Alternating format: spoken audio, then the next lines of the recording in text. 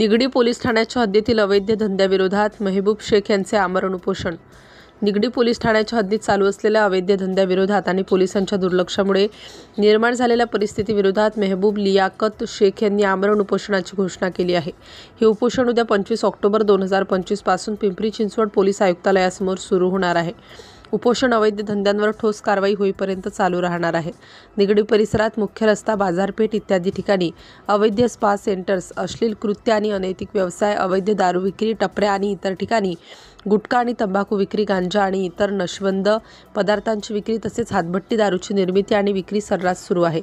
हे धंदे महाराष्ट्र पोलीस अधिनियम 1951, महाराष्ट्र प्रोहिबिशन कायदा 1949, COTPA 2003, NDPS कायदा 1985 आणि उत्पादन शुल्क कायद्याचे उल्लंघन करत आहे. या अवैध क्रियाकलापांमुळे स्थानिक रहिवाशांना, विशेषतः लहान मुले आणि महिलांना त्रास होत आहे. गुन्हेगारी, मारामारी, चोरी, बलात्कार इत्यादी गुन्हे वाढले असून तरुण पिढी नशेच्या आहारी जाऊन बेकायदेशीर स्थानिक कायदेशीर व्यापाऱ्यांचे आर्थिक नुकसान होत आहे.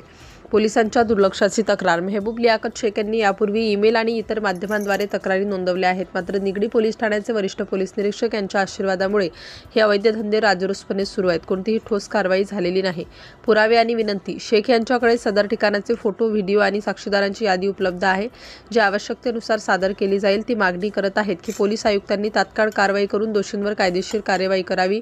निगडी पोलीस ठाण्याच्या वरिष्ठ पोलीस निरीक्षकांना तपासाचे आदेश द्यावेत आणि कारवाईचा अहवाल मागवावा. माध्यमांनी या समस्येची जनजागृती करावी आणि समाजहितासाठी आवाज उठवावा. वरिष्ठ पोलीस निरीक्षक निगडी यांची तात्काळ बदली करावी. उपोषणाचे कारण.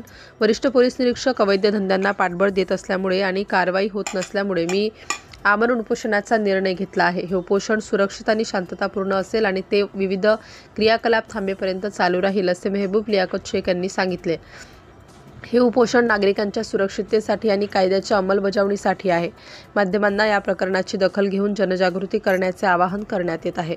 सिटी इंडिया न्यूजसाठी प्रतिनिधी संदीप पांचाळ.